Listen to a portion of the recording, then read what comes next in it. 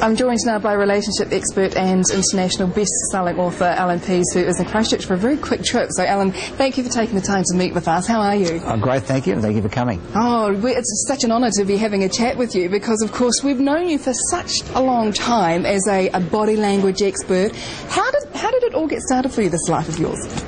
I've been speaking to groups on how to sell and present yourself since the mid-1950s, when my dad took me knocking on doors. He was an insurance salesman, and he was showing me how to knock on doors and how to get in. So I've been doing this all my life. So it kind of pretty much started from that basic sales training experience, didn't it? Well, it did, and it made sense for me that when I became a teenager at school to get a job knocking on doors after school selling pots and pans, which I did for 7 years. I was the king of pots and pans, which led to more speaking about how do you sell pots and pans. And so I became a seminar speaker by the late 1960s. So how did that progress into you becoming a body language expert? Well, part of that was teaching how to read when somebody's with you. Are they with you? Are they against you? They're going to say yes, they're going to say no. Are they aggressive or are they open? Just by reading the way they behaved, which I wrote a training course about that in the late 60s, which in the mid-70s became the book called Body Language, which became #1 worldwide, and that then spawned into television series, and that took me down the track of human communication, which I love. I mean, my life is about it. So when you were saying that you started doing that back in the kind of the late 60s and early 70s, have you found that our body language has changed as the years have gone on, or have the fundamentals stayed the same? Well, body language hasn't changed in its basics for probably 1 to 2 million years.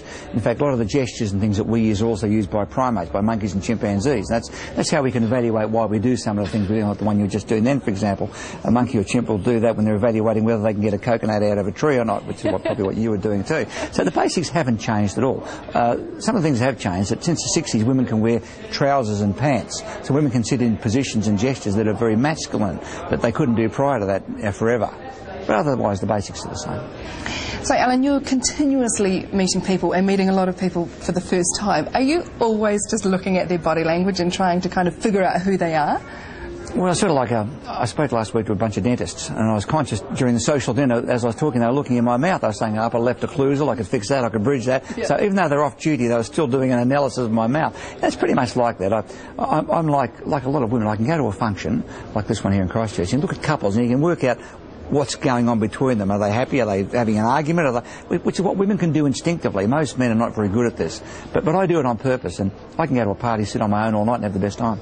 So now, you and your wife, the lovely Barbara, have co-wrote this book, and I know that you've done a lot together.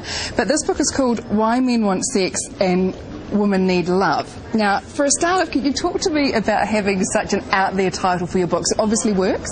Well, it does. In fact, this is the third in the series. The first of the series, you remember, was Why Men Don't Listen and Women Can't Read Maps, which was a very challenging title in a politically correct era. And that was written about Barbara and myself. We lived together for the first 3 years. We've been married 20 years. First 3 years was like a movie. First 2 years, the movie was Titanic or Bridges. The last movie was like Friday the 13th Part 3, and we got to the point where so many couples get to, we can't live together, can't live without each other. We hated each other, but we couldn't separate. So we decided to write a list of all the things that we couldn't deal with each other, find solutions, and make it work. And they became the chapter titles of that very first book.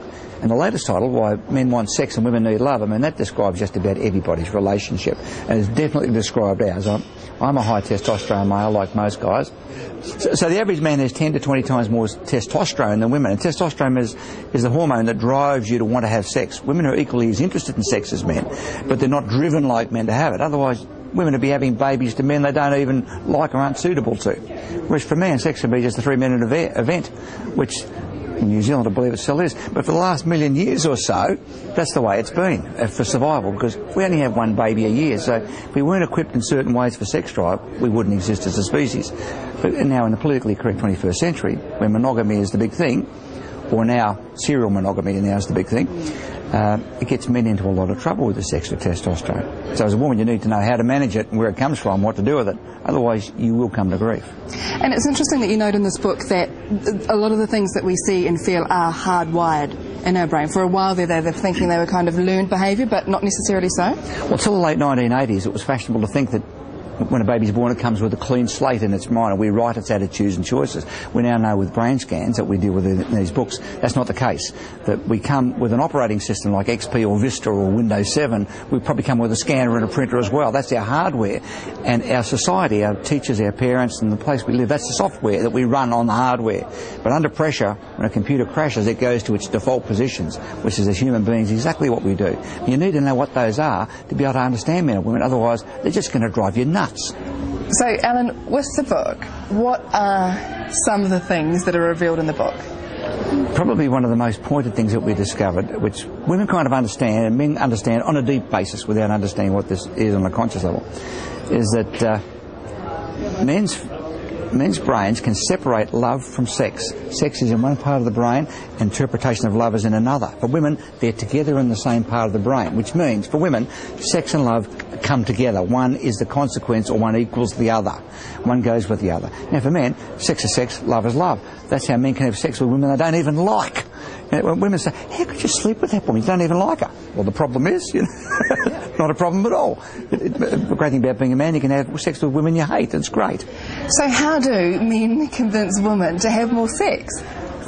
Well, most men are absolutely stunned when they realise that the sight of a man stacking a dishwasher and vacuuming the floor is far more exciting to most women than him standing at attention.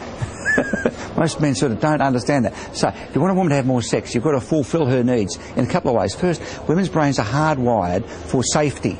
Now, that is, they're always listening out for somebody who might be approaching that could potentially attack them or their offspring. So, the first thing you do is you lock the house, lock the doors, lock the windows. Secondly is, most women, and my wife is exactly the same, she really can't make love with me, have sex, unless the kitchen is clean. Now, I'm a man. I don't care about the kitchen. Let's make love on the table amongst the dishes. Hooray! No, she's got to have the kitchen clean. So I will make the kitchen clean. I'll run her a bath and let her soak for 20 minutes while I'm doing it. I'll lock the house and I'll come back and I'll say the kitchen's clean. The kids are in bed and the house is locked. I'll meet her security need, the need for cleanliness and security for the kids. And then when she's really relaxed, then she's in the mood. So it's as easy as that? Well, if I had to do that every night of the week, I would go nuts. Occasionally, she'll give me a trade-off. Like recently I came home from a conference and I was absolutely fried in the brain from talking for 3 days.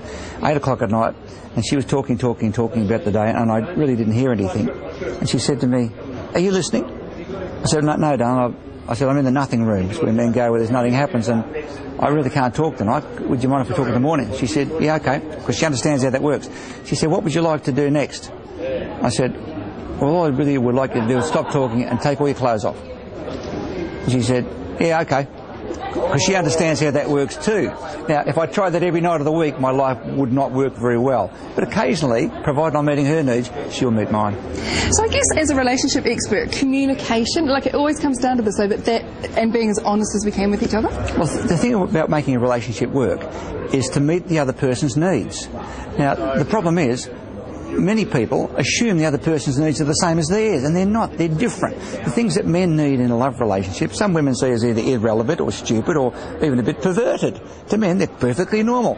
Now, some of the things that women need in a relationship, like having doors locked, having a clean kitchen, to men, make no sense. But that's her needs. If you meet your partner's needs, you'll find that your own get met. And that's the key, is to meet their needs, not to meet their needs with your needs. Can we turn the tables on the title and say why women want sex and men need love? Men need love as well. Women need sex. Women want sex too. Well, when you look at the top 5 things what men and women want out of a permanent long-term relationship, and that's what we did with this book, the number one thing that comes up men's list everywhere is sex. They want more sex, more often, more of it, more variety, more everything, please. So that's always number one. That's always number one. Love sits at number 3. Number 2 is basic services. He wants cooking, ironing, washing, and the basic things you can pay $20 an hour to somebody for, which to women sounds very disappointing. But when you ask men to describe their women, they say, well, she's great with the housework and she looks after me well. She's a good cook. My shirts are always clean. He describes things that you can pay for by the hour. When you say to a woman, describe the men in your life, they describe what the guy's like. He makes me laugh. He's funny. He's a good provider. He's a great father. They describe his personality. it's a big difference. A huge difference. Well, that's why divorce rates are more than 50% in most parts of the Western world, because men and women get together and he says, I love her to bits, it's going to be like this forever, she'll never change, and every 10 years she changes to someone else because of the hormonal structure of female brains. She makes the mistake of saying, of the 10 things I want of the perfect guy, he's only got 2, but it doesn't matter, because you know what? When he's with me, he's going to be different. He'll change. He won't change. The man that you get at the start is the man you'll have when he's 40. The 20-year-old man's the same guy at 40, just fatter and balder. Author Joanna Trollope has just made a big note about that in the last couple of weeks too, so it's very interesting that you think the same. Yeah, she did, exactly. You will not change them, you'll not change them. You don't change them, that's right. Well, Allan, thank you so much. It's been really refreshing and very insightful to be having a chat with you today. Remember, Why Men Want Sex and Women Need Love is available now in all good bookstores. Allan, thank you very much. My pleasure, Megan. Thank you.